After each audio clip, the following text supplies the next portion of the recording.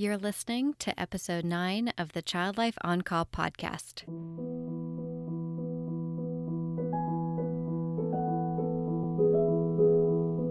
Hi, and welcome to the Child Life On Call podcast.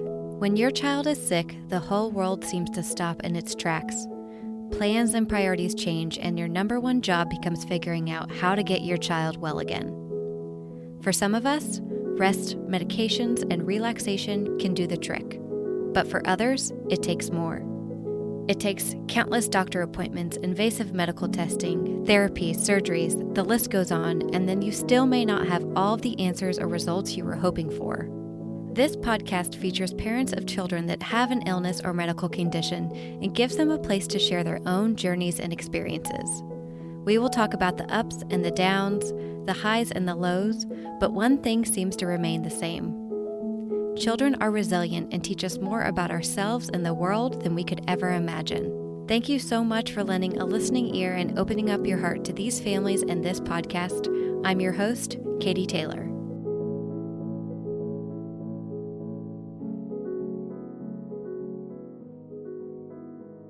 And we were walking there and you said, "Can I ask you something?" And I said, "Sure." And you said, "Am I going to die?"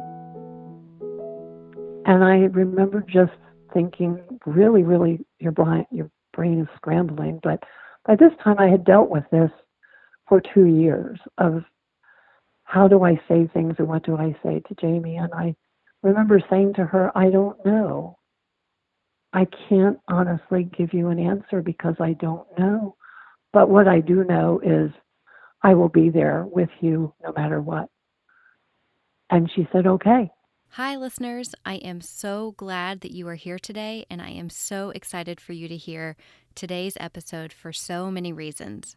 Today's episode will be a bit different than what you're used to because I was able to not only interview the parent of a child with an illness, but I was able to interview the child as well.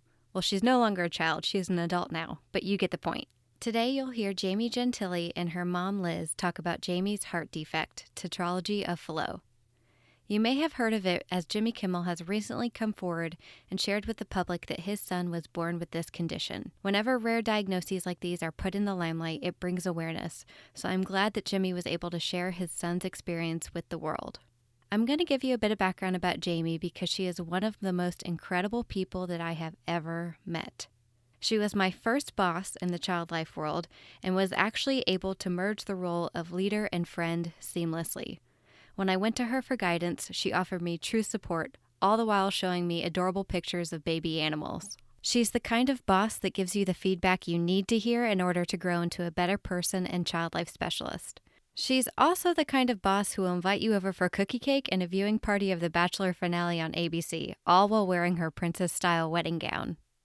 She was then and is still the Director of Child Life Services at Inova Children's Hospital in Northern Virginia. But there's more to Jamie's story, and today you'll get to hear it. Jamie's mom will take you through their experience of what can only be described as a nightmare for any parent.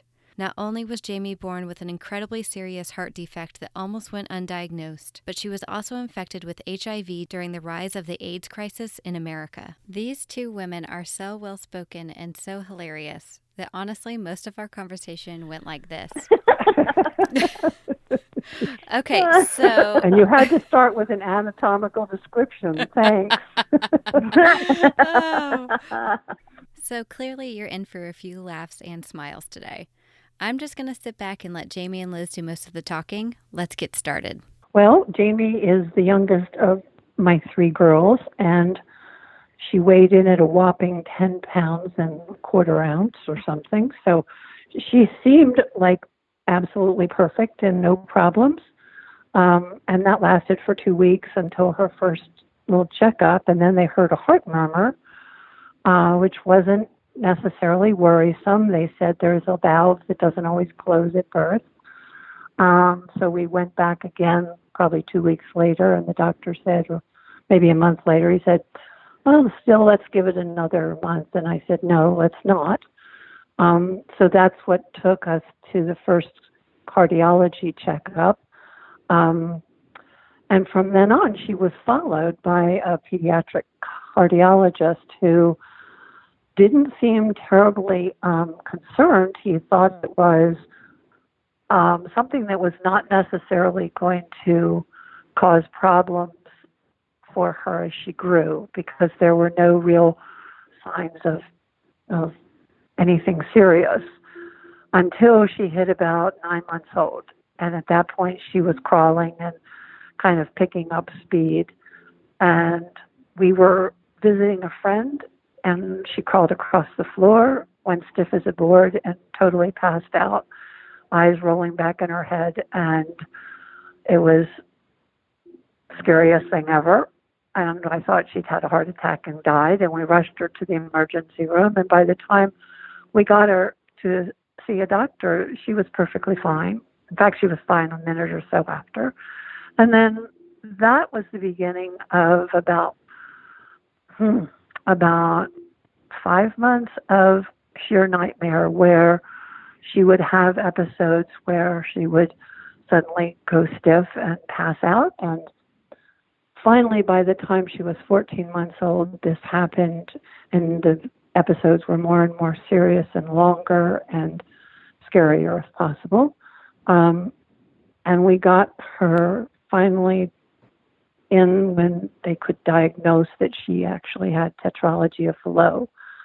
That was after quite a few missteps of thinking it was maybe neurological. The cardiologist assured us it was not her heart, that it couldn't possibly be because the test didn't show anything by the time we would get her in. And when it was finally diagnosed as tetralogy Fallot, that kind of launched Jamie's career of defying all medical science and just thriving when she should have never thrived, and rewriting the medical books. But that was how we started our journey. Jamie, I know you couldn't add much to that just because you probably don't remember anything up to age 14. I mean, I was passed out for half of that time, so I don't really remember too much. It felt like that. But it was really a matter of fighting the medical community, and that was kind of where I learned to be very vocal and just try to find the right words to explain what was going on, because I could never get her in to see specialists fast enough for them to see what was happening, and it never showed up afterward on EKGs or echocardiograms or any of those things. So it took being in a hospital on the floor when she suddenly passed out, and then it was code blue the whole way. Everybody was, in not panic mode, but in, crisis mode. And then it was so serious that they didn't let us out of the hospital. She had to have surgery at 14 months old, to kind of take some remedies. And we had a couple of choices and opted for Blaylock shunt, which is a bypass to get her more oxygen into her lungs and kind of buy some time before open heart surgery. So this was, not to age you, Jamie, but over 30 years ago. So, I'm just, did they have ultrasound capabilities? Like if she was having these heart issues, I would assume that you could bring her to see the cardiologist. They could run this test and that test and be able to see tetralogy Fallot, but I guess that wasn't the case back then. Apparently, the technology was not able to detect it, and because she was so healthy looking and thriving, I don't think they even suspected it. The only reason at age 14 months that they diagnosed it was I just finally called the cardiologist, or had the family doctor call the cardiologist and say, if you don't get her in, I know she's going to die. This is just reaching the crisis point with how long she turned blue and all of that. And so they admitted us to Children's Hospital, kind of like, well, here's a hysterical mother. And, they did teaching rounds, and you could tell by the way they were explaining it, well, this little girl is in because her mother is very concerned.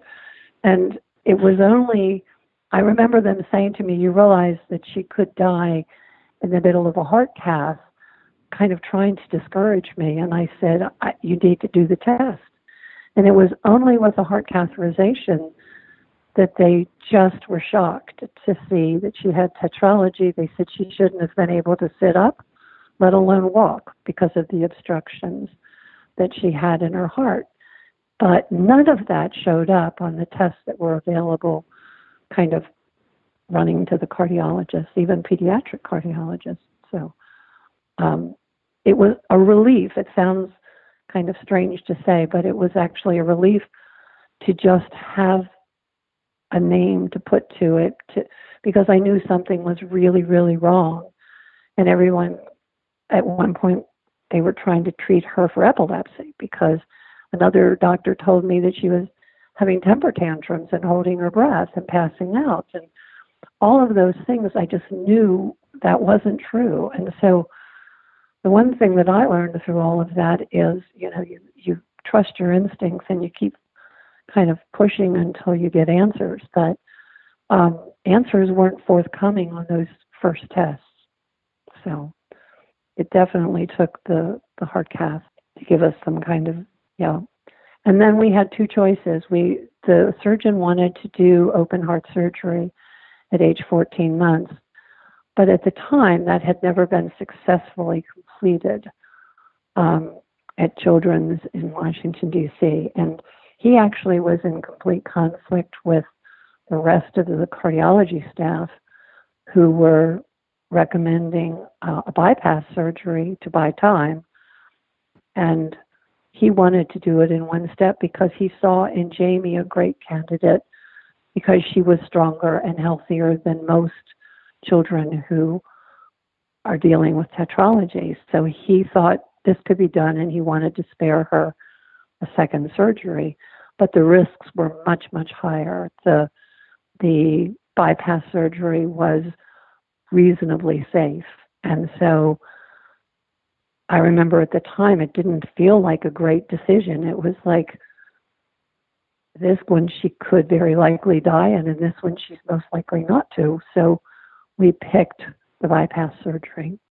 Can you explain what tetralogy of Fallot is to people who don't know what it means? It generally means there are 4 major defects in the heart, and they can vary slightly as to what they are. But for Jamie, it involved holes between certain chambers of her heart, and also valve function, and all of the things combined just cut down on the oxygenated blood that could get into her lungs. And so that's why it didn't show up until she began to move around and crawl faster and, kind of become more active. That was where the red flags started flying up. So we did buy time. She grew and thrived with her bypass surgery. And actually, we postponed her surgery from age 2 to age 3, just because she was doing so well with the bypass. So when she was 3 years old, she then had the open heart surgery, which was done to make the repairs on all of the defects that she'd been kind of working around for those years. Now, Jamie will chime in with some insight into some of her earliest medical memories. Definitely remember some of the vivid images from those times. Even as young, I'm certain I remember some of that visit from when I was even 14 months old and those following months afterwards. I just have these very vivid images of what the halls looked like and smelled like, and they had orange carpeting and this Oscar the Grouch thing in the playroom that I remember like it was yesterday. And on one of the tests, it may have been the Blaylock shunt procedure or something shortly after that, but I remember being wheeled back into a procedure room, and I was on the stretcher. My mom and dad were behind me, and everyone was walking very fast. And I was just looking up at the repetitive white fluorescent lights as they passed by, as they wheeled me down the hallway. And there was the point where mom and dad had to say goodbye, and they had to take me into the room. And once we hit that point and passed those double doors, I was a wreck. And I remember just wishing that they could have come back with me, because I wasn't asleep yet. I hadn't gotten any anesthesia. I was just being rolled into this very large, sterile, it really looked like a silver room. It was just so sterile. And I had a little stuffed cat with me that my neighbor had given me. And that was my only comfort item. And I clung to that. And when they settled the stretcher into their position, I remember saying, "Could I have a pillow?" So I must have been old enough to ask for something. But asking for a pillow, and they said that I couldn't have a pillow, but I could lay on my cat. And they took the cat out of my hands and stuck the cat under my neck. And I was like, "No, I will hurt the cat. Like, don't make the cat go through pain too." So that made me even more upset because I was like, "Not the cat." And then I remember them putting some sort of oxygen tent type thing over me. And I looked up, there was a hose right above me. It literally looked like I was just under a big square plastic tent. And the hose was directly over my face. And I just thought, what the heck are they going to spray me with? And I had no idea what that was for. And it was just terrifying. And then obviously that must have been when they gave me the anesthesia, because I don't remember anything after that. But then I remember waking up from a procedure. It was probably the same one. And I was in the recovery room with lots of different people. And I remember looking to my right side and seeing my mom and dad sitting right there. And that was just instant comfort to see that they were there.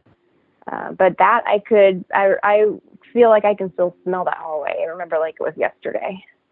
And that was definitely when you were 3. That was the second surgery, because I remember. Yeah, that must have been. Yeah. Yeah. All right. So Liz, if you want to take us to that second surgery when she was 3, can you talk to us about, because I guess they postponed it because she was doing so well. The bypass was successful. Take us from there.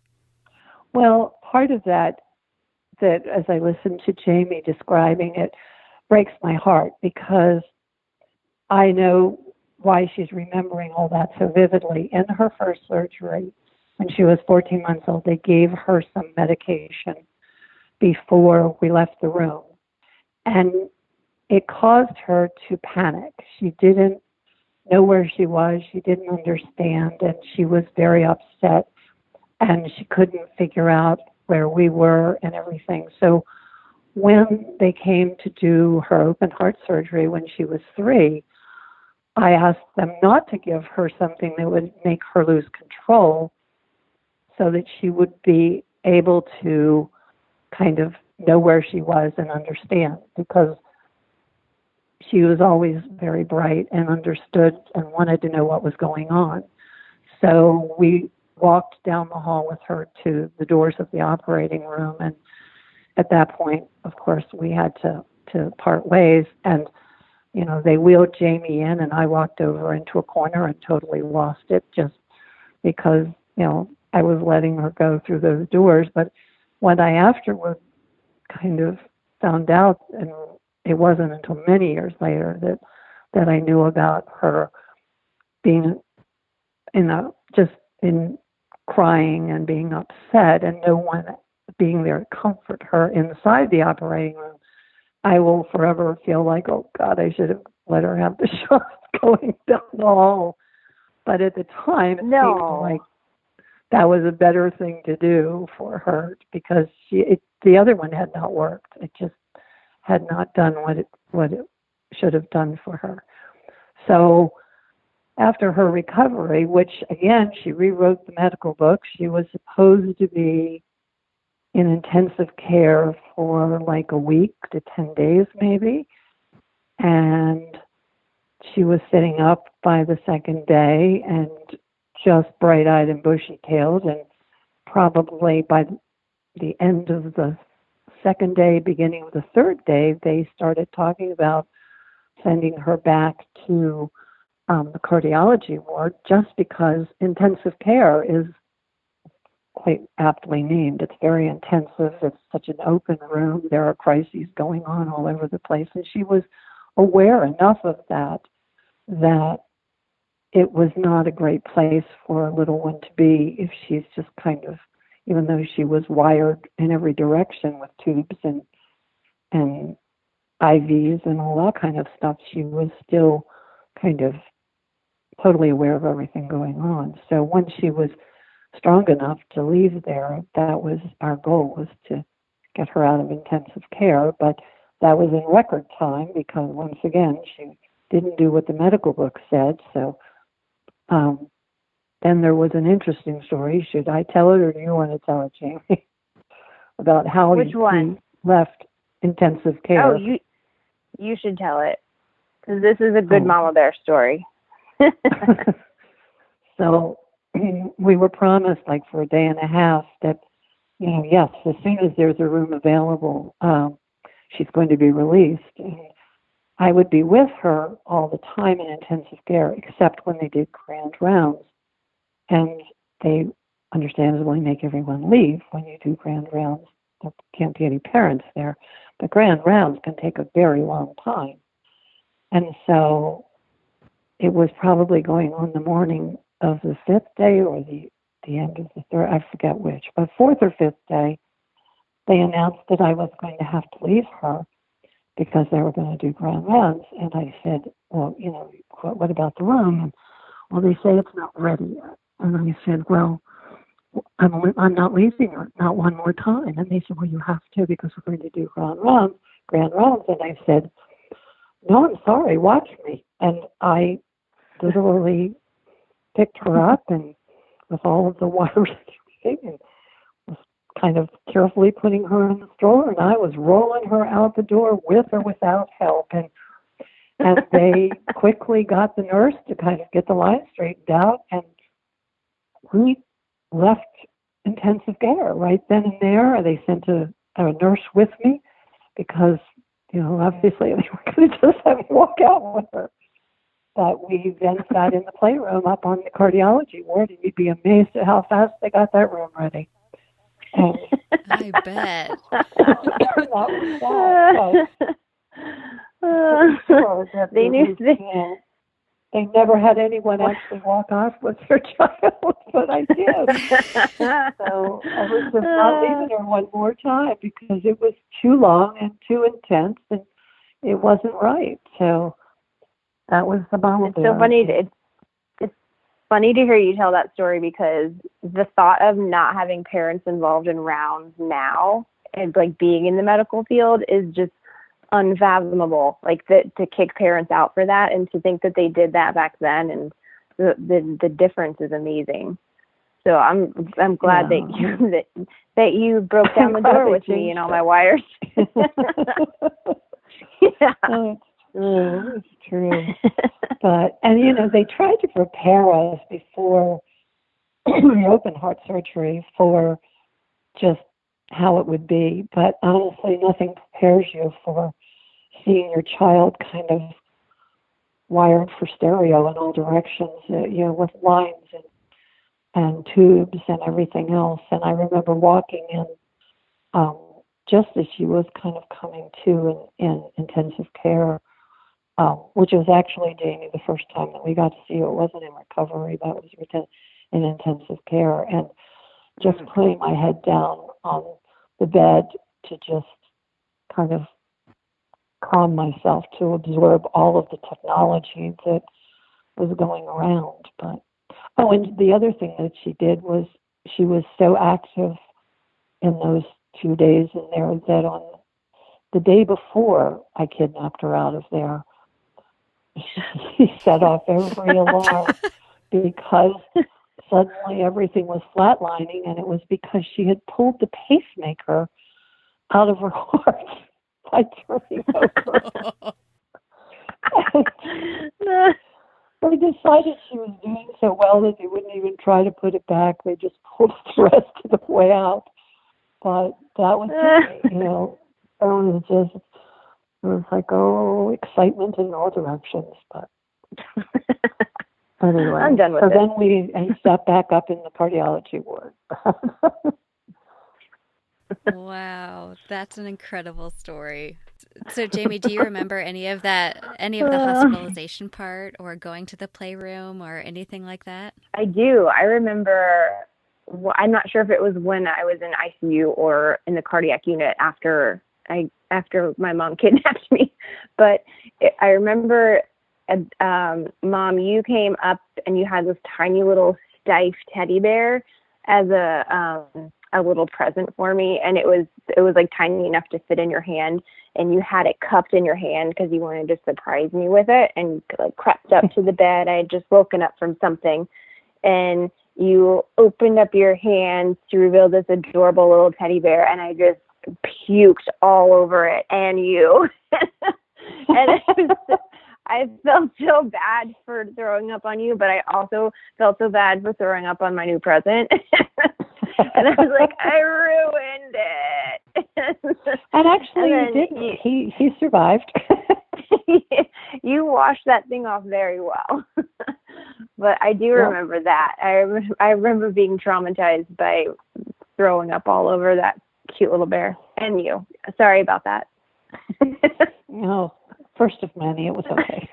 So, Jamie, do you remember knowing how much information you wanted? Or I guess, during that actual hospitalization, did you like to talk about it? Did you not like to talk about it? And, afterwards, the recovery part, how much of your life was affected by that medical stuff?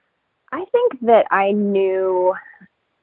always knew that I kind of lived in a medical world, but I didn't know that that was anything different than what kids were supposed to live in, because that was just my world. I definitely was the kind of kid who needed to know what was happening before it was happening. It could not surprise me with anything because I would freak out. And some of I needed a lot of that preparation, but apart from that, I can't recall it being really out of the ordinary, because for me it was my ordinary. And the great thing about it, going in and out of those experiences and lots of follow-up doctor's appointments, is that I had my mom there with me, and she always made it a good experience. She knew how to get ready for it. She knew what to explain to me. She knew that she needed to explain everything to me.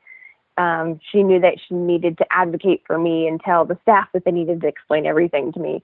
And she never lied to me. That was the important thing. When things were going to hurt, she was honest with me and told me that it was going to hurt, but it's going to be quick. And then we're going to go do something after. And we always did something fun after, even if it was just going to the gift shop in the hospital, or going to do something special, or having my favorite meal for dinner. She always made something special, did something special after those tough times. But I remember people being really sweet and kind, and amazingly, I have mostly positive memories from those experiences. One of the worst I remember, Mom, you probably remember this like it was yesterday, was getting the steri strips removed from my incision on my chest. That tape that after the stitches came out that they put on there was just the strongest. Like, you could build an airplane out of it and fly it to Mars. It's that strong. And at least I felt like it was. And that they went to take it off, and you wouldn't think that removing tape would be a hugely anxiety provoking thing for a kid. But I was really sensitive skin apparently, or I was just a wimp. And the first one that came off, it was only about an inch long. And I just remember being in hysterics, and it was like the most painful thing to me. And then it came off, and I was like, oh, thank God it's done. And then, but I still had like 20 more to go. But that was the beginning of my first experience of my very favorite feeling in the world, which is relief. And that came to me from all of those visits, because there was oftentimes something uncomfortable, and it wasn't always fun, but there was an end to it. And then you could heave a big sigh of relief. And that's, my mom and I always talk about that. It's our favorite emotion, is relief. And even if it's just going to the bathroom when you really have to go to the bathroom, it feels good. It's just relieving. Like, appreciate relief, people. It's a good thing. Oh, that is so true. I've never thought about it in that way, but you're very right. So Jamie has a successful surgery, and Liz and she both feel that incredible feeling of relief. One nightmare ends and another begins. Liz talks to us about what happened after Jamie's surgery when she received a notification from Children's Hospital that Jamie may have been infected with HIV during her surgery. We were doing the touchdown dance basically because it was a very successful surgery. It was a really brilliant repair of the tetralogy that they were able to save her valve and not give her an artificial valve, which meant that she didn't have to have surgeries every so many years to replace a valve that she'd outgrown. So it was just wonderful. You know, we thought it was that all of the visits and everything were down to a minimum. They were kind of in the past, except for an occasional checkup. And then we got a notification from Children's Hospital that she was in a risk group for HIV because she had had so many blood transfusions and she'd been on a heart-lung machine during open heart surgery, which involves a lot of blood, and that she was in a risk group. And I remember getting a phone call. I don't know if it was from a cardiologist or someone from the hospital, but I remember asking the questions of, well, what should we do? Because it was not saying that she had HIV, but that she was in a risk group. And I said, well, for your own peace of mind, you could bring her in and have her tested. And I remember thinking at the time I would never put her through one more stick just for my peace of mind because she was fine. She thrived. She was healthy. She was happy. And so my husband and I, her dad and I, talked about it and decided, no, that was not necessary because there were absolutely no medications for children at the time. So why would we kind of put her through something when there was nothing to be done? So that was when she was probably about 5 that we were notified of that. And we made the decision not to have her tested. So life went on. She went back to roller skating, and she had loved to do from the time she was 3, and she was a healthy, happy little girl right up until the next bombshell hit. So when she was 8,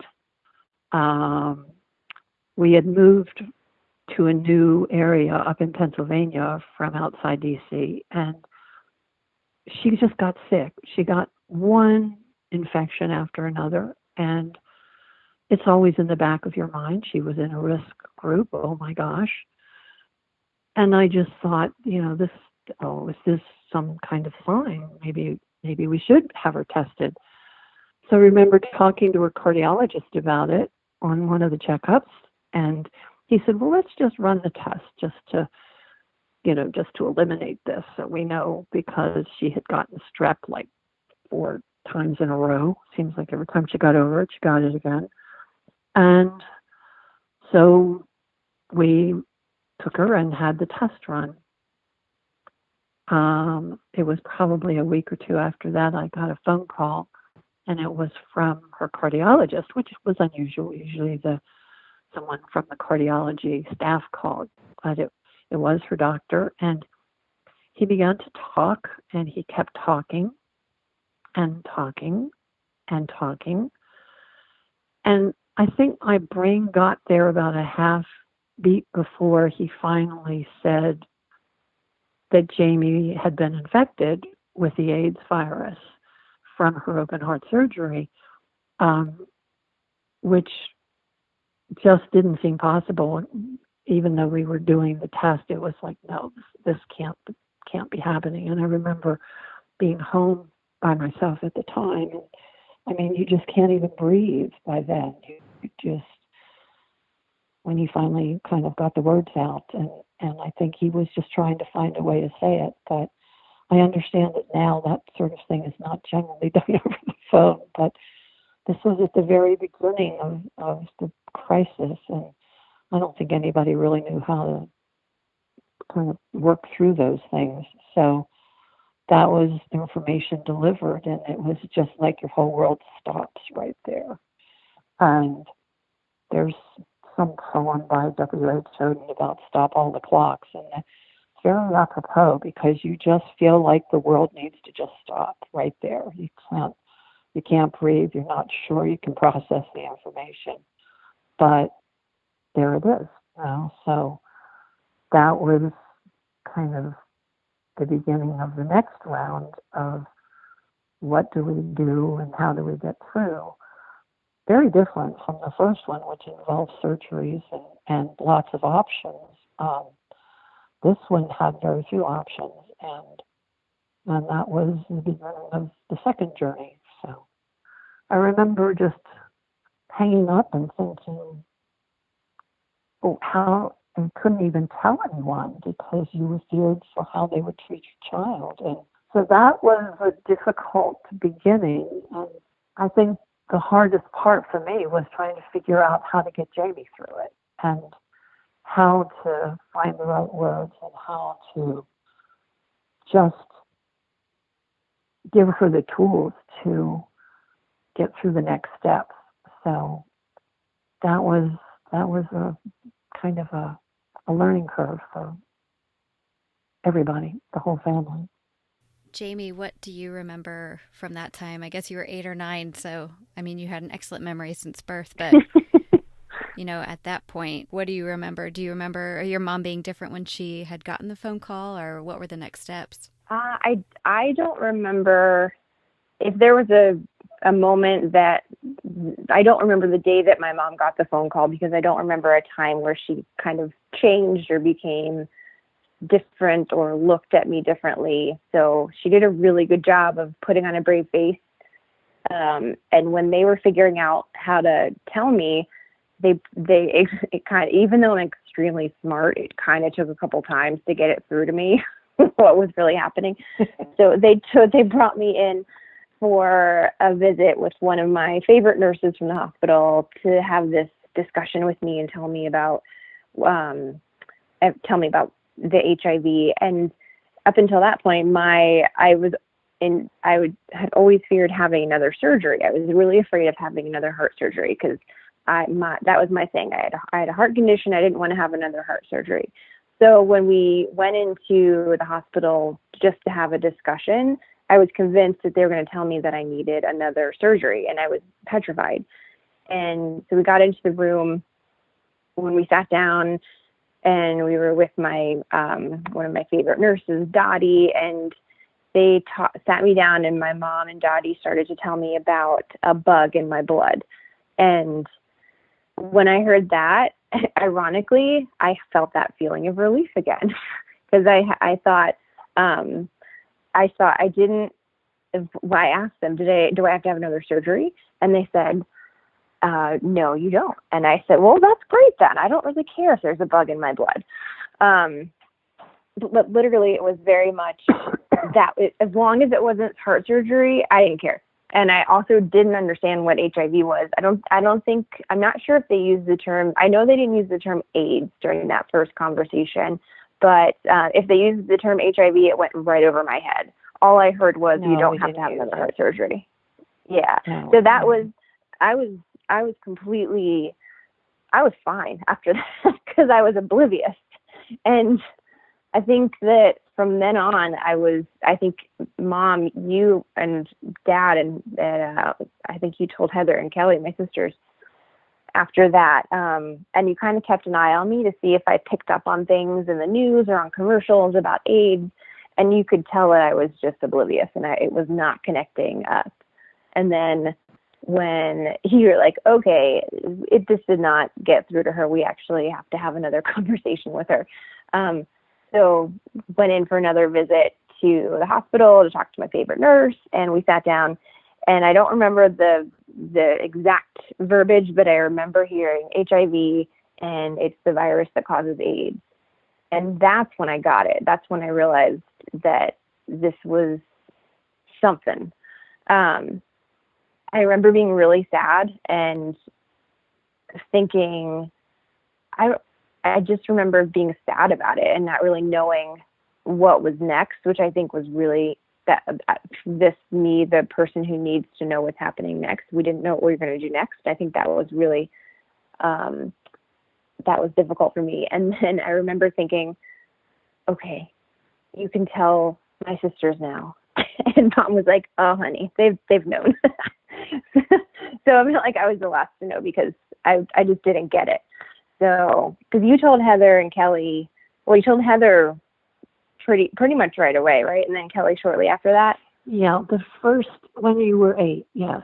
But there was actually a 2-year gap between that first sitting down and the second sitting down. Yeah, I was oblivious for a solid 2 years. Yeah.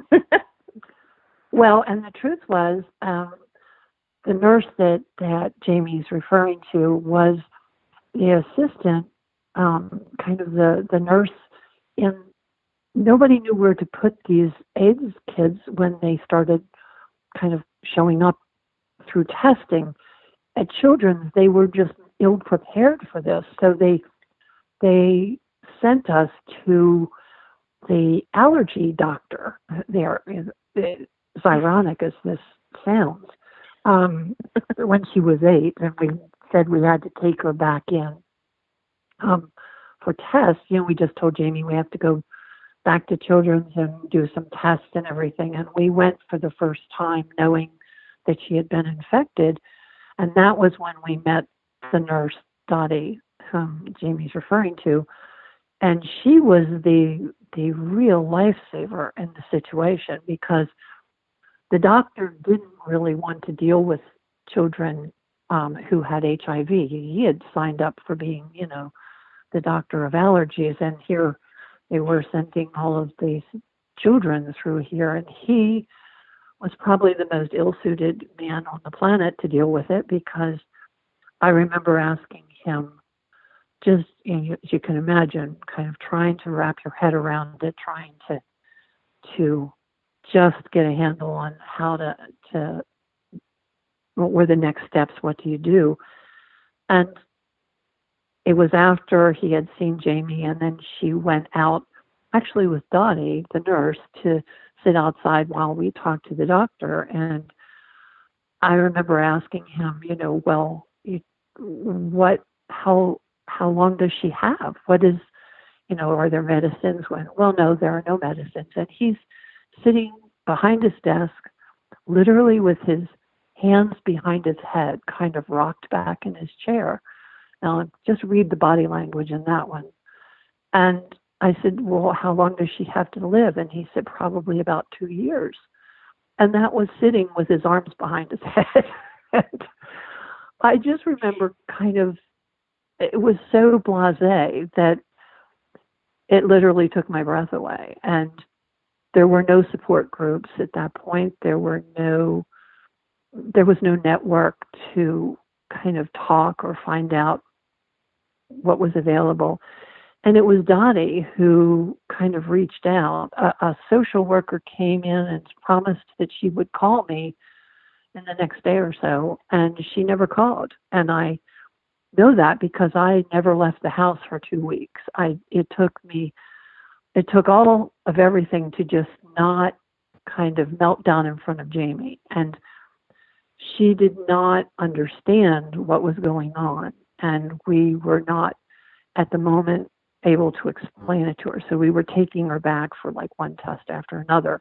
That's the part that it really scared her, because as we're going back to the same hospital where she'd had her surgeries, she's thinking, oh gosh, something is wrong with my heart. So at the point where we had to explain it to her, that was after a series of tests where she was becoming more and more anxious. And it was Dottie who helped us to sit her down. And Dottie explained to me that she would hear as much as she wanted to hear. And she would ask questions. And we were taking our cue from that as we sat there and explained that there was a virus or a bug that could make her sick, and that's why we had to monitor everything so carefully. And once she understood there was not a surgery involved, she was fine. And she sort of visually shut down. She just was like, oh, okay, fine. And So Donnie said to me after Jamie had left the room, she will probably in the next few weeks start asking more and more questions and, just answer them as honestly and as straightforward as you can. And guess what? Jamie never asked questions. And that was where for 2 years I was waiting for Jamie to ask me more questions about the bug. She just didn't. And so we went through until all the time monitoring her T cell counts and checking, because when we first found out, she was still in a normal range of immunity. And there were really no medicines approved for children at that point, so there was nothing that could be done. So we were just monitoring. But Dottie told us about a program at NIH that was all on protocol and experimental drugs, that they were working on drugs for kids. And so she suggested that we put Jamie's name on a waiting list because there was a wait to get in, and you had to have a very low T cell count to qualify for these protocols. And it took about 2 years for Jamie's immune system to begin to fail. And it did. And it began to show up in all of the routine blood work that we would have her tested periodically on.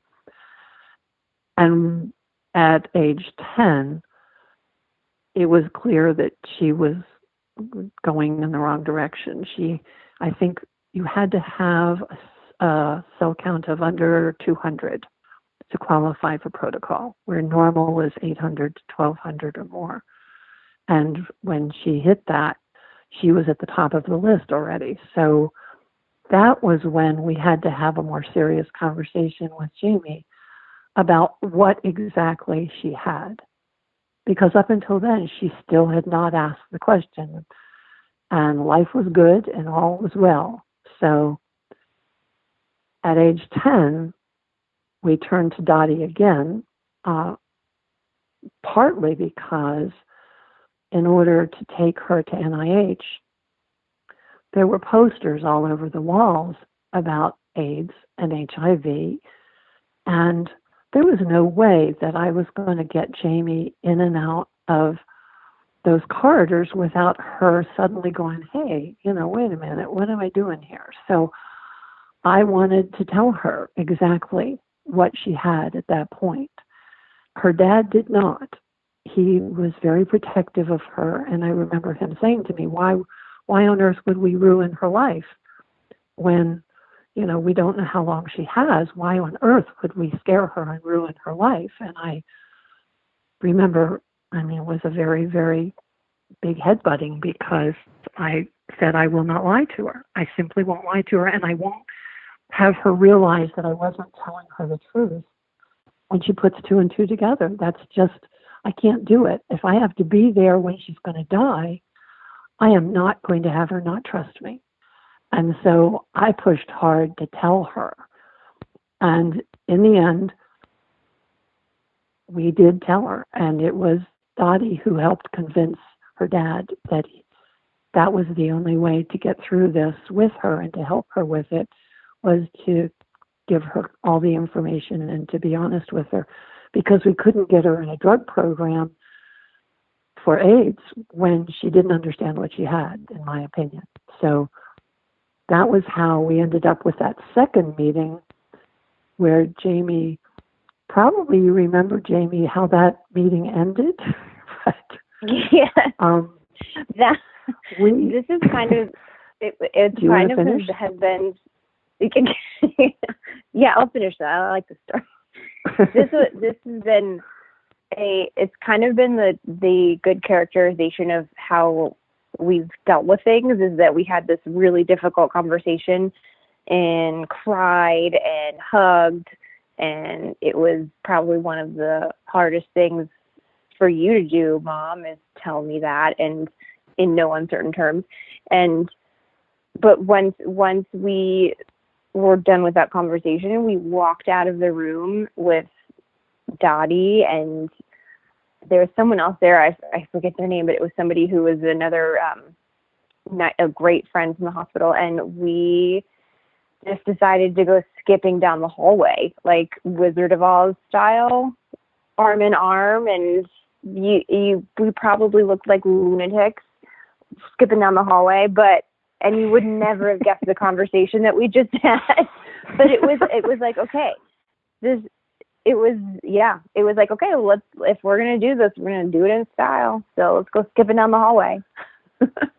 Well, and I remember Jamie she understood the minute we said the word AIDS, and she just cried and sat on my lap, and you figure she was 10, so there was a lot of legs hanging over at that point, but she just sort of nestled into me and she just bawled. And then when she finally kind of got it all out, and she didn't really ask any questions, and she looked up and she said, "Can we go to the zoo now?"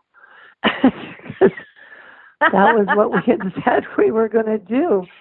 And I knew that was as much as she wanted to deal with. At that point, she had absorbed all that she could absorb. And her dad and I said, "Yeah, we'll go." And so that was when we walked out into the hall, and she linked arms with Dottie and I, and the three of us went down doing the Wizard of Oz dance. We're off to see the wizard. And we went all the way down the hall doing that. Now, the rest of that story, and I don't know if you remember this, Jamie, but we went to the zoo, and we were walking along with your dad and with Heather, and you sort of pulled me back and hung back from them. And we were walking there, and you said, "Can I ask you something?" And I said, "Sure." And you said, "Am I going to die?" And I remember just thinking, really, really, your brain is scrambling. But by this time, I had dealt with this for 2 years of how do I say things and what do I say to Jamie. And I remember saying to her, "I don't know. I can't honestly give you an answer because I don't know. But what I do know is I will be there with you no matter what." And she said, "Okay." And that was kind of all she said about it at that point. And we continued our journey through the zoo. That was, I think, probably. No, you go ahead. I was going to say, I can't imagine what you felt like having me ask you that question, but I can't imagine you having a better response, because you were honest with me, and that you conveyed to me that I wouldn't be going through anything alone. And that, I think, that's probably why I didn't ask a lot of follow-up questions, because I completely trusted you. And I didn't feel like I had to do my own investigating, because I knew you had this.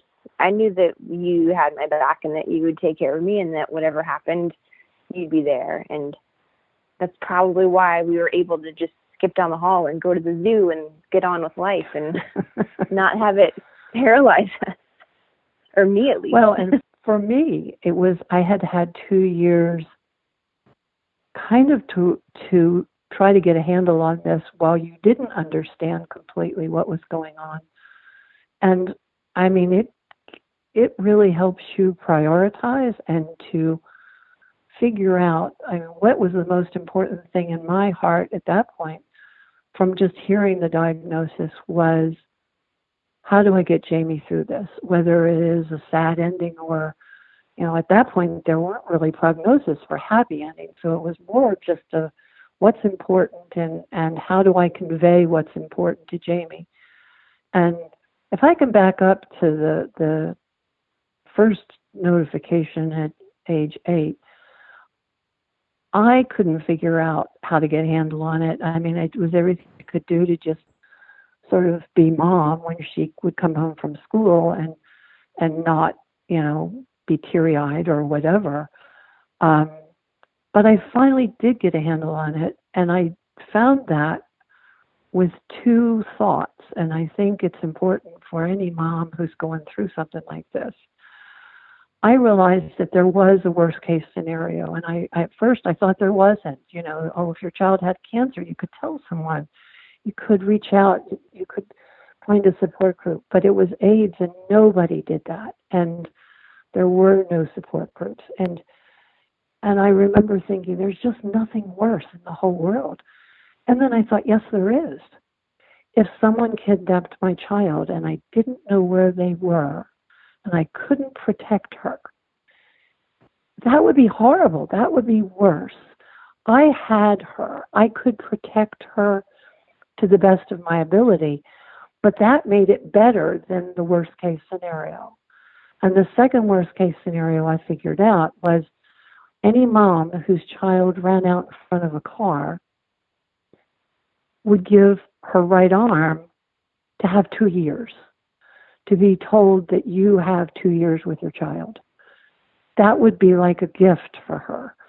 So that taught me how to prioritize and what to kind of try to give to Jamie to get her through when she needed to understand that. And it was about quality versus quantity, and it was about what's important in life, and that was where I had that all kind of somewhat sorted out in my head by the time Jamie asked me, am I going to die? So it wasn't an out of the blue question, because I kind of been waiting for it for 2 years. And that was the part where it began a second journey for me as to how do I kind of give her the tools to get through, and what do I say that can help her, and what do I do that makes a difference. We began to reprioritize vacations. We took some whopping good vacations from the time we found out when Jamie was 8. There was suddenly no reason to save lots of money for later. I wanted to show her as much of the world as there was to see, because what we had was the then and now. It was that day, and don't waste it because something terrible might happen. And so at age 8 for you, I chose to have hope. And when we hit the point of telling you at age 10, that was the thing I wanted to convey, was hope. Choose hope, because why would you choose the alternative? So that was what kind of guided everything from that point on. And that's what we kind of worked to communicate going into the time with protocols at NIH. So. And I just thought that we had won the lottery, because I didn't know what was going on when I was 8. We just went on all these amazing vacations. I was like, who just adopted us? Because this is fantastic. And I'm getting all the presents and vacations. I had no idea. But it sure was wonderful. It was like round 2 of lots of tests and constant. I think Jamie felt like she had put behind her all of the checkups for cardiology and all of that. And then, at age 10, when she entered the protocol at NIH, we were back to, that was just a part of our lives. And it was just something that I don't remember you feeling like it was terrible. I didn't feel like it was terrible once we got past the horrible lumbar puncture. That was the baseline part of your testing. The rest of it, was just kind of just what had to be done. And Jamie got brave about getting stuck. And we just kind of knew what to expect. And I've always known with Jamie, she just needs to know what to expect. She's, if I can share one quick thing just in general, for when we were coming up to her second surgery, I was worried about telling her surgery was scheduled for January, and I didn't want to spoil Christmas for this child. It seemed like, oh, by the way, you're going to have our open heart surgery in January. And I was given the really excellent advice of give her as much notification as is humanly possible. And as many months out as possible. And the times that I've talked to other moms, it's been one of my best kind of experiences of, as terrible as it seems, give children a chance to process, because first of all, they do a better job than we do of it, but they just need time, and they need to be able to kind of digest it and ask the questions that they want to ask. And maybe that's a lot, or maybe it's not, but don't spring anything on them. That's kind of the worst way to do it. And so everything that we did at NIH was kind of done that way. But we just kind of entered the next phase of doing tests and all of that. But from your perspective, Jamie, I know you kind of liked to go to NIH in general, except for the blood draw part. But yeah, I really liked it. Everyone was really nice there. As it was a day off from school. I got one-on-one mom time, and we just went and did our tests. And there were some days that were really tough, that there involved a lot more testing and pokes than an average day at NIH. But we got through those, and I really remember at that point, I almost felt cool about it, because my life sort of went into two different modes, and I wanted to keep this a secret. I was afraid to tell people. I wasn't ready to tell people. And so whenever I had these days off of school, and sometimes it would be multiple days in a row, and I would come back and people would ask me why I was gone, I would say, oh, it's because I have a heart condition. So it wasn't technically a lie, but I certainly wasn't telling them the whole story. And it sort of just became like this secret thing that my mom and I did. And we would have a day at it, and we would get sausage McMuffins from McDonald's on the way down, and we would usually stop by the mall on the way back. So we made a day of it, and I made great friends there. And then I came back to school and kind of switched back into non-HIV mode. And I remember just being aware of it and knowing that we had to follow a very strict protocol of the medications and appointments and staying on top of it. But that, I liked that order, and I that was kind of, I had always lived in a medical world, so that side of it wasn't entirely new to me, and I was kind of where I was comfortable almost. And I just got really good at telling white lies and not telling my friends why I wasn't in school. And the times when it popped up when it was really tough was when I couldn't do things like going to sixth grade camp, because my medication protocol was too complicated to leave in the hands of anyone but my mom, basically. And so I missed out on that week. And that was sort of a rite of passage that was difficult for me to miss out on.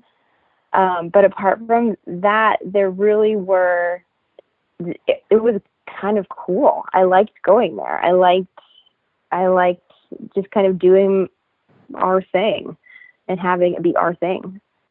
And I would like to just add that from the beginning, when Jamie understood when she was 10, it was her decision as to whether or not this was a private piece of information, or do we stand on a mountaintop and shout it? And her dad and I both felt very strongly that it was up to Jamie. If she wanted to talk about it, if she wanted it to be open and no secret, that was fine. If she didn't want to, that was her decision, because this was what she was dealing with, and it was her decision. So I had let the schools know that she was HIV positive, but only at a very high level, not teacher level, not nurse level, but literally like the head of the Department of Education level. But I did it because they needed to put protocols in place. And I remember saying, you don't know if there's another person who's HIV positive in your system. You need to be using gloves if you're going to, be handling blood products or something, and there's no risk otherwise. So just kind of know this. And they were very respectful of Jamie's privacy the whole time. So that was why, she was more comfortable not talking about that at school or with her friends until her senior year. That was fine too. But Yeah. it turned out I never felt. You never felt I remember I never felt that it was nothing that I was ever ashamed of. It was just something that I consciously was just not ready to share with people. And right. I never felt like it was something that I had to feel guilty about or be ashamed of, or that you guys made me keep it a secret. It definitely wasn't that at all. It was just no, this is just my thing right now, and I'm not ready to talk about it. And then when I got into high school, and then I realized, friendships were forming, and we were almost going to be adults and going off to college, and I realized that I just wanted to be more open with my friends. So then I decided to be more open about it in college or in high school, and talked to one of my best friends and had the discussion with her. And it was like the first time that I had ever done that at the age of 17 or 18. And it was nerve-wracking, but it went really well. And it was a really nice experience to have, just talking about HIV, not at the doctor's office or not just with family at the table. And certainly by then, the stigma around it had evolved into something that was not nearly as dangerous as it was in the early years. I mean, it truly was. That's true. I didn't feel safe. I didn't feel safe being open with it, just because of how it was viewed. Definitely, as people became more educated about it, it was not as frightening for the world at large. But yeah. So yeah, that sort of was probably very wise, just to kind of pick your time when you did. Liz talks about how one of the best things for Jamie at the age where she was still keeping her HIV a secret and living a bit of a double life was when a counselor suggested that Jamie attend the Hole in the Wall Gang camp in Connecticut. According to the camp's website, they are a great camp dedicated to providing a different kind of healing to seriously ill children and their families, completely free of charge. They're a community that celebrates the spirit of childhood, the sound of laughter, and the feeling of endless possibility. Jamie was probably the most reluctant camper on the planet. When I remember saying, just try it. And, if you don't like it this once, you'll never have to go back. But just go and try. And it was probably one of the best things that she ever did in terms of just spreading her wings and soaring, because every kid there had some kind of medical challenge, and she felt like she was sort of among friends in all directions, and she formed fabulous friendships, and she did amazing things, and she just had all this wonderful stuff that happened, and she still would come home and not really talk to her friends about it. And I always was so amazed that she didn't really kind of have those two lives overlap, but she didn't. I'm a really good liar.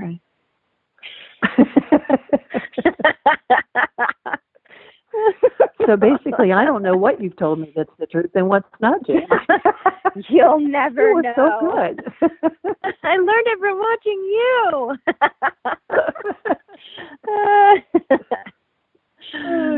It was like just turning it off. It was just compartmentalization to the extreme.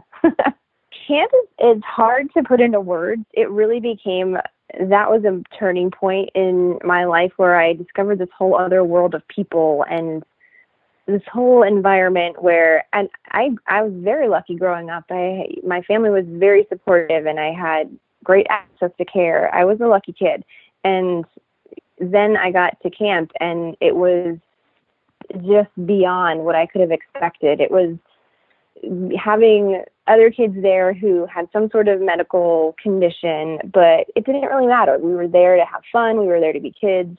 The counselors made it the most magical experience you could ever imagine. I can't even put it into words. I came back from that first summer at camp a completely different kid and had a level of, I felt more confident. I remember on the first night we had, or maybe it was his first or second night, but we had cabin chats. And so everyone would get into bed and snuggle in, and the counselors would light a candle in the cabin, and we would talk about something. And it was like the get to know you night. And I just, the 12 hours of being at camp completely changed me, and I was ready to talk about it, and I was ready to talk about HIV. And I was like, I have a question. Can we go around the room, and can everyone tell me what they have? and the counselor was like, well, how about we talk about your favorite flavor of ice cream? But I was like, let's do this. This is amazing. Like, I'll tell you all the secrets. This is awesome. And it was just nonstop. It was living life without limits. And I felt safe doing it because they had a full infirmary there with doctors and nurses. And it was just perfection. And that place has been my second home since then. And I will always have a part of my heart up in Connecticut at Hole in the Wall, because that is just, it's grown me. It's the only place I can compete with the lessons that my mom and my dad and my sister taught me is camp. It's just, it's yeah, magic. I can't even get the words out. It's indescribable. It's magic. Yeah, it really is. So Liz, what has it been like watching Jamie grow up before your eyes into this amazing, incredible, well-spoken, successful person? Well, the word blessed comes to mind right off the top. I just, you have to kind of realize to go from believing that you're only going to have your child for 2 years, and that was about the normal, from infection to compromised and you're gone. Each challenge that Jamie met was like a celebration, because, when Jamie began to date and have dilemmas about how much do you share, when, and how, I remember being like, kind of, oh gosh, that's really rough for Jamie, and then thinking, what a wonderful problem to have, because we didn't think she was going to have that problem. She just grew and faced all the challenges. I remember her one time saying to me when she was picking majors in college, she said, well, I don't think I want to do pre-med. And I said, why not? And she said, well, because, I might go through all that and never kind of last long enough to be a doctor. And I just remember saying, cool Lord, you can't live your life like that. Don't close the door. You don't know what will be going on. And, just keep all your options open. That's what you have. And she has done such an amazing job of doing that it just brings me joy. Everything about kind of watching her grow and seeing her become this remarkable woman. But I think probably the turning point for me where I thought, yes, she's got it, is I remember saying to you, Jamie, and I don't remember, we were both adults, and I said, I have few regrets in my life, things that I would ask for a do-over on. I said, maybe the one that I could think of was, before your open heart surgery, if I could just have known then what I know now, I would have donated blood, because I have O negative as a universal donor. I could have banked blood for you so that you were not infected in your open heart surgery. And she said to me, Mom, don't wish that. My life is amazing, and so many things have happened to me because of everything that, no, it's fine. Don't ever think that, because I have had a remarkable life. And I thought to myself, thank you, God, because she does understand the half full versus the half empty. She's got it. She knows it. And it was wonderful to just see that that's how she has always lived her life, and then chose a field where she gives back to kids, and she's looking out for kids, and she's loved by her staff, and she's obviously a very remarkable woman. And I don't think I'm the only person to think that, although I might be a little biased personally. Well, I remember you telling me that, and I don't look back in my life and think, oh, this is terrible. I mean, I've lived such a great life. I feel so lucky, and it wouldn't have been this way had it not had the course of decisions and actions that have brought me here. And that I feel so lucky to be living this life. And yeah, I think that I got that from you, and going through every little trial and tribulation with we're not sure what the answer is, but we'll figure it out, and we're going to do it with the glass half full and not half empty, and see what we come up with. And yeah, and it was kind of unstoppable from there. And then I took organic chemistry in college, and that's why I decided to not be pre-med anymore. So, so HIV couldn't hold me back, but OChem definitely could. And I was relieved at the time. I remember thinking, oh goodness, how is she ever lasting those horrible years where they make you work for like 52 hours straight? How would she do that? But I never said that, because I thought, yeah, that's what you want, you'll find a way. But I was glad when you didn't. Well, that was a really good. I knew I wanted something medical, and then at first I thought I wanted to be a pediatrician, and I knew I wanted something with kids. And then I found out about child life, and it was the perfect thing for me, because I basically I get to do for kids what so many people have done for me in growing up, that have made my story a happy one and not a sad one, in helping kids understand why they're going through specific medical experiences, and helping to get them through that, and helping families. And that's been a blessing for me, because I get to kind of pay it forward, and I've lived what has worked for me, and it's an honor to work with these families, to see what they're going through. And I certainly don't compare anyone's experience to mine, because my experience is not anyone else's, and I don't put that on anyone else.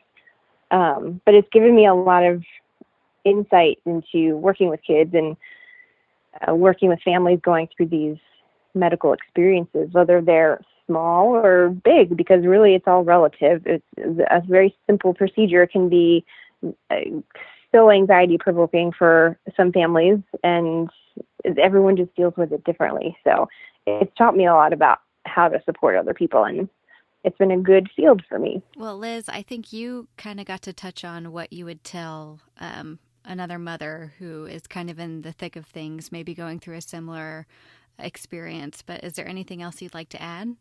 I think I would want to stress, advocate for your child, that don't hand over to, quote, medical experts without really having them hear your voice, because you know your child best, and all the tests in the world can't replace that parents have. And it needs to be heard. And some doctors are really good at listening, and some doctors are not so good at listening. But you have to always kind of keep saying it until it's heard. And it's just too important to say, well, they said this, so my gut tells me otherwise. But because I think that's what moms and dads have, is that connection, and you are their first line of defense. So whether it's researching what can be done and having choices, or communicating with your child, or anything, it's just, you need to find your voice. And if you need help to get that voice, there are now some pretty good kind of support groups and things to find that can give you guidance as you find your way, but to be your child's voice when they can't be that for themselves. So. And Jamie, what would you tell another child or teen or somebody who is going through something like what you went through? That's a tough one because kids and teens who go through something are just so at the mercy of whoever's sitting on their bench, their family, their doctors, their community. For me, I just, it's hard to tell someone to just go be lucky because I honestly feel like that's what has gotten me so far, is that I really lucked out. And I'm so grateful to have such an amazing family and support system. I mean, I think probably I would say ask questions and tell people what you need. I think is also really important, is when you're going through, especially when you're going through adolescence, and if you're a child and you're growing up with some kind of condition and now you're becoming an adult, that's a lot to figure out. And build your support team, advocate for yourself, just like parents should advocate for their kids. Make sure that you are on top of things and that you are kind of in control of what's going on, and you're not leaving it into the hands of everyone else around you, because you definitely have to be your own advocate when you get older. But certainly reach out for help and support when you are in those tough situations. Ask the questions. But I certainly wouldn't have known that when I was a baby, or when I was 3 or 8 or 10 or along those years. I was just lucky to have people along the way helping me through it. So I don't really know how to articulate that. No, you did a really good job. You did a really good job. I mean, I think a big thing is you listened to your mom. You know what I mean? I think it's probably so easy to be so stressed by things that are going on and almost have some resentment or whatever that would be. But like your relationship with her has made you stronger. Oh, it completely has. This wouldn't be happening if my mom hadn't spoken up when I was younger. She saved my life, literally. She saved my life. And that to me has been an unending support system from the day I was born to now, when I'm 38 years old and can look forward to a long life with my husband. And to say that sentence and think back to when I was 10 years old, asking my mom if I was going to die. And now my husband and I are talking about what we want to do when we retire. I mean, that's insane. It's so crazy. And I feel so lucky and so blessed to be in this position. And really listening and trusting and letting people take care of me. Certainly that's been huge. I would say it is choose hope, because I think that's what Jamie did really early on. And for parents especially, it sometimes takes almost an effort to do that. But for Jamie, and I saw children on the cardiology ward and everything, where medical science sometimes leapfrogs over you. And so what seems really, really difficult today, there could be a solution to down the road. For Jamie, it was a case of there was one medicine, and that was AZT, that was just barely approved for kids. Now there's just an arsenal of drugs that can help and maintain everything.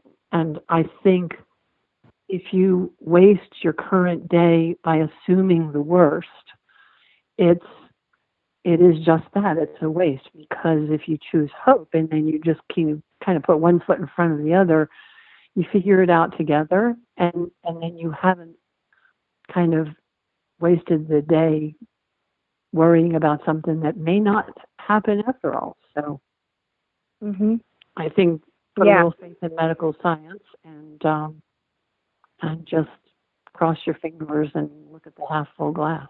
So, Mom, you articulated things so well, a lot better than I did. You tell the stories a lot better than I do. It's no way. It's always I've heard I've heard them, obviously, and you and I have talked for years about it, but it's always such a treat to hear you talk about it, and it makes me feel even more lucky. So I love you.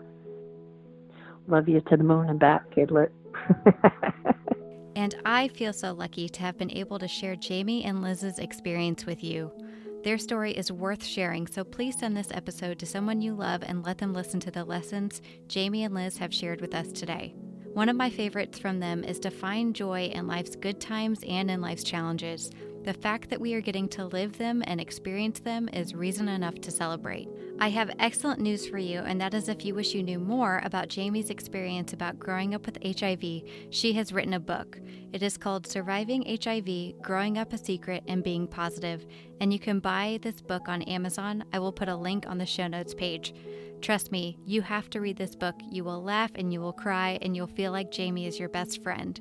Please follow along with Child Life on Call wherever you like to check your social media, Facebook, Instagram, or Twitter.